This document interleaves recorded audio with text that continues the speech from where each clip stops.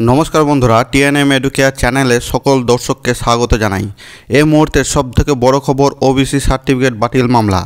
এই OBC certificate বাতিল মামলায় এদিন অর্থাৎ সোমবার দেশের সর্বোচ্চ আদালত কী নির্দেশ দিলেন তা আপনাদের সামনে শেয়ার করতে চলেছি।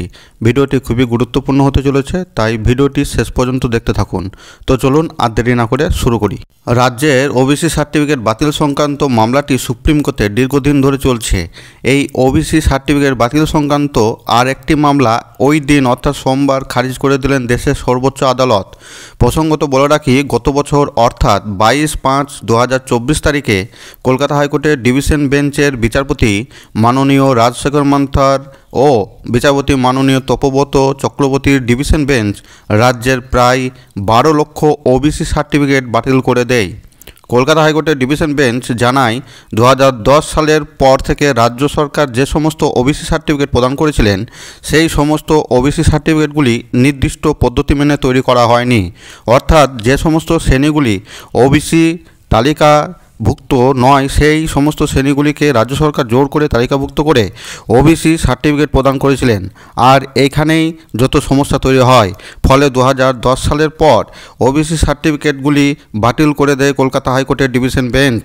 হাইকোর্টের এই অর্ডারকে চ্যালেঞ্জ করে সুপ্রিম কোর্টের দ্বারস্থ হয় রাজ্য সরকার। তার পরবর্তী সময়ে পৃথকভাবে সুপ্রিম কোর্টে মামলা করেন পশ্চিমবঙ্গ অনগ্রসর শ্রেণী কমিশনও।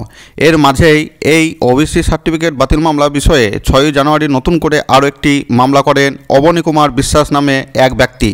এই মামলাটি আজ অর্থাৎ সোমবার শুনানি হয় বিচারপতি মাননীয় বি.আর. গভৈ ও বিচারপতি মাননীয় অগাস্টিন জর্জ মসিহের বেঞ্চে। বিচারপতিগণ অবনী কুমার বিশ্বাসের এই মামলায় জানিয়ে দিয়েছেন যে হাইকোর্টের রায়ে হস্তক্ষেপ করা হবে না। তার ফলে ওই ওবিসি সার্টিফিকেট বাতিল সংক্রান্ত একটি মামলা অর্থাৎ অবনী কুমার বিশ্বাসের মামলাটি এদিন খারিজ করে দিলেন দেশের সর্বোচ্চ আদালত।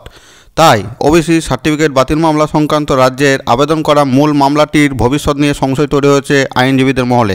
আইনজীবীদের একাংশ মনে করছেন যে ওবিসি সার্টিফিকেট বাতিল অন্য মামলা অর্থাৎ এই অবনী কুমার বিশ্বাসের মামলাটি খারিজ করে দিয়েছে এদিন, তাহলে রাজ্যের দায়ের করা মূল মামলাটিও খারিজ হয়ে যেতে পারে। তা না হলে অবনী কুমার বিশ্বাসের মামলাটিও এদিন মূল মামলার সঙ্গে ট্যাগ বা যুক্ত করার নির্দেশ দিত সুপ্রিম কোর্ট, কিন্তু সুপ্রিম কোর্ট এদিন তা করেননি। ওবিসি সার্টিফিকেট বাতিল মামলাটি অর্থাৎ রাজ্যের দায়ের করা মূল মামলাটি আগামী 18 ফেব্রুয়ারি সুপ্রিম কোর্টের বিচারপতি বি.আর. গভৈয়ের বেঞ্চে উঠতে চলেছে। ওই দিন অর্থাৎ 18 ফেব্রুয়ারি এই ওবিসি সার্টিফিকেট বাতিল মামলাটির অবস্থান কি হয় তা স্পষ্ট হয়ে যাবে। 18 ফেব্রুয়ারি সুপ্রিম কোর্টের এই ওবিসি সার্টিফিকেট বাতিল সংক্রান্ত মূল মামলাটি কি হয় সেদিকে আমাদের নজর থাকবে। আমার ভিডিওটি যদি ভালো লাগে তাহলে একটি লাইক দিয়ে চ্যানেলটি সাবস্ক্রাইব করে রাখুন পরবর্তীতে ওবিসি সার্টিফিকেট বাতিল সংক্রান্ত মামলার যে কোনো আপডেট পাওয়ার জন্য।